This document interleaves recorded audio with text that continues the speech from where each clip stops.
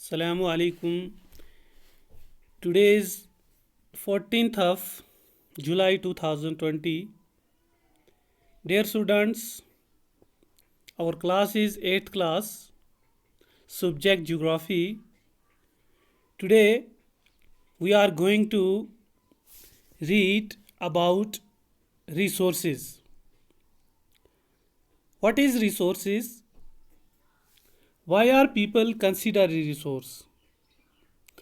Here a questions, why are people consider a resource? तो प्यारे बच्चों, आज हम ह्यूमन रिसोर्सेज का जो मेन मकसद है उसमें एक क्वेश्चन है, why are people consider resource. People जो यानी आदमी जो है, इंसान जो हैं, उनको क्यों कंसीडर किया जाता है एज ए रिसोर्स। तो डियर स्टूडेंट्स, हमने लिखा people are a nation greatest resource. लोग जो हैं ये किसी भी नेशंस का, किसी भी मुल्क का एक बहुत बड़ा रिसोर्स होते हैं, एक बहुत बड़ा ज़रिया होते हैं। Nature bounty become significant only A people find it useful. खुदा का अतिया जो है, बाउंटी कहते हैं, अतिया करम जो है, ये तभी सिग्निफिकेंस हो सकता है जब आदमी जो है उसको क्या करता है, उसका इस्तेमाल करता है, यानी उसको अतिये को सही तरह से इस्तेमाल करता है। It is people with their demands and abilities that turn them resources. ये इंसान ही है जिसके डिमांड्स जो हैं और इसकी एबिलिटीज़ जो है, यानी इसकी जो अहलियत हैं, उन्हीं की वजह से ये क्या होता है, टर्न्स यानी बदल जाता है किसमें, रिसोर्सेज में। Hence human resources is the ultimate resources. इसलिए इंसान जो है ये एक खास रिसोर्स है। Healthy, educated, motivated people develop resources as per their requirements. सेहतमंद, पढ़ा लिखा, मोटिवेटेड पीपल जो हैं ये डेवलप करते हैं रिसोर्सेज को एज पर देयर रिक्वायरमेंट, अपनी रिक्वायरमेंट के मुताबिक, अपनी ज़रूरत के मुताबिक। Human resources are not equally distributed over the world. Human resources जो हैं ये पूरी दुनिया के अंदर एक जैसे नहीं हैं, इक्वली डिस्ट्रीब्यूटेड नहीं हैं। They differ in their education level, age and sex. यानी ये इनमें भी क्या है, इनमें भी फ़र्क है, ये भी डिफर से, कहीं पर एजुकेशन ज़्यादा है, कहीं पर एजुकेशन कम है। इसी तरह से एज और सेक्स के हिसाब से भी ह्यूमन रिसोर्सेज जो हैं ये इक्वली डिस्ट्रीब्यूटेड नहीं हैं थ्रू आउट द वर्ल्ड।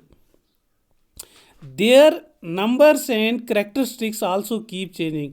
इनके नंबर्स जो हैं तादाद के हिसाब से, या करेक्टरिस्टिक्स या कुछ खसूसियत जो हैं ये हमेशा बदलती रहती हैं। तो डियर स्टूडेंट्स, ये पहला क्वेश्चन था, why are people consider resources. तो इसमें हमने ये देखा कि जो पीपल्स है वो एक ग्रेटेस्ट रिसोर्स है नेशंस का, और कुदरत ने जो इंसान को जो अतिया दिया हुआ है, उस अतिये को इंसान हासिल करके उसको यूज़फुल यानी उसको फ़ायदेमंद बनाता है। इसी तरह से हमने देखा कि इंसान जो है ये अपनी एबिलिटी और डिमांड के मुताबिक अपने रिसोर्स का इस्तेमाल करता है। फिर हमने ये भी देखा कि ये जो ह्यूमन रिसोर्सेज है ये इक्वली डिस्ट्रीब्यूटेड नहीं है थ्रू आउट द वर्ल्ड, और यहाँ पे कहीं पर एजुकेशन ज़्यादा है, तो कहीं पर एज के हिसाब से लोग ज़्यादा रहते हैं, कहीं सेक्स के हिसाब से यानी औरतें ज़्यादा हैं, मर्द कम हैं, यानी इस हिसाब से ये सारी चीज़ें हैं। अब दूसरा क्वेश्चन है, what are the cause for uneven distribution of population in the world. क्या काज है, क्या वजूहात हैं जिनकी बिना पर जो पॉपुलेशन है, दुनिया की आबादी जो है ये अनइवन है, यानी कहीं पर ज़्यादा है, कहीं पर कम है, यानी इसमें मसावात, बराबरी नहीं है। ऐसा क्यों है? तो हमने लिखा आंसर इसका, the various causes for uneven distribution of population in the world are as follow. हमने नीचे लिखे क्या क्या रीजंस हैं जिनकी वजह से दुनिया के अंदर जो पॉपुलेशन है वो अनइवन है। पहली चीज़ है जियोग्राफिकल फैक्टर। सबसे पहले जियोग्राफिकल फैक्टर है, वहाँ की ज़मीन कैसी है। अगर ज़मीन अच्छी होगी, ज़मीन पैदावार ज़्यादा से ज़्यादा देगी, तो वहाँ पे आबादी जो है ऑटोमेटिकली वहाँ पे ज़्यादा आबादी बढ़ेगी। तो हमने लिखा जियोग्राफिकल फैक्टर में क्या है, geography is the main cause for the uneven distribution of population in the world. सबसे मेन काज जो है वो पॉपुलेशन का अनइवन होने का वो है जियोग्राफी। वहाँ की ज़मीन, वहाँ का यानी किस तरह की ज़मीन है, वो पैदावार कैसी देती है। फेवरेबल क्लाइमेट, दूसरी चीज़ इसमें क्या है, फेवरेबल क्लाइमेट, अगर मौसम अच्छा है वहाँ का, फेवरेबल है, and topography play A part in the population distribution, और वहाँ की टोपोग्राफी कैसी है उस हिसाब से ये एक मेन रोल निभाते हैं पॉपुलेशन डिस्ट्रीब्यूशन में।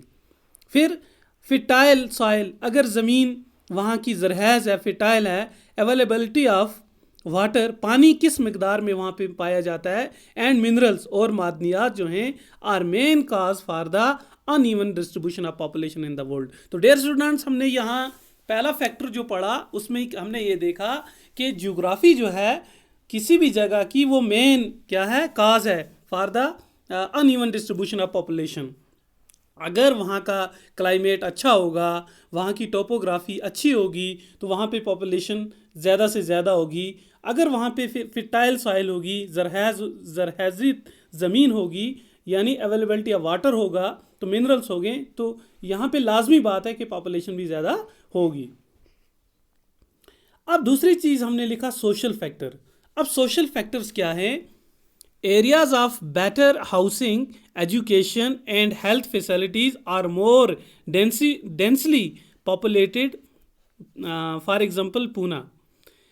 सोशल फैक्टर में आता है वो एरिया, वो इलाके जहाँ पर हाउसिंग फैसिलिटी अच्छी हो, एजुकेशन फैसिलिटी भी अच्छी हो, हेल्थ फैसिलिटी भी अच्छी हो, तो वहाँ ज़्यादा से ज़्यादा पॉपुलेशन होती है। जैसे हिंदुस्तान में पूना है, पूना की आबादी बहुत ज़्यादा है क्योंकि वहाँ पे हर फैसिलिटी अवेलेबल होती है। ये हमारा हुआ सोशल फैक्टर। तीसरा है कल्चरल फैक्टर। अब कल्चरल फैक्टर में क्या आता है, places with religions or cultural significance, वो जगह जहाँ पे इबादत हों, इबादत गाहें जो हैं या कल्चरल प्लेसेस जो हैं उनकी सिग्निफिकेंस होती है, वो लोगों को अट्रैक्ट करती हैं, अट्रैक्ट पीपल, यानी वो लोगों को अपनी तरफ अट्रैक्ट करती हैं। जैसे वाराणसी है, यरूशलेम है, एंड वेटिकन सिटी है, आर सम एग्जाम्पल। ये कुछ एग्जाम्पल्स हैं। यहाँ ज़्यादा से ज़्यादा आबादी है क्योंकि यहाँ पे लोग जो हैं इन रिलीजियस प्लेसेस पर या कल्चरल जो प्लेसेस हैं उन वो जगहें जो हैं वो इन लोगों को अपनी तरफ अट्रैक्ट करती हैं। और चौथा पार्ट है इसका इकोनॉमिक फैक्टर। इकोनॉमिक फैक्टर से ये मराद है कि वहाँ पे इंडस्ट्रियल एरियाज़ हैं, जहाँ पे इंडस्ट्री लगाई जाती है तो वहाँ पे लोगों को ज़्यादा से ज़्यादा जॉब मिलती हैं, लोग जो हैं वो अपनी लाइवलीहुड जो है अच्छी तरह गुजारते हैं, तो वहाँ भी आबादी जो है वो ज़्यादा से ज़्यादा बढ़ेगी। तो यहाँ हमने लिखा इंडस्ट्रियल एरिया प्रोवाइड एम्प्लॉयमेंट।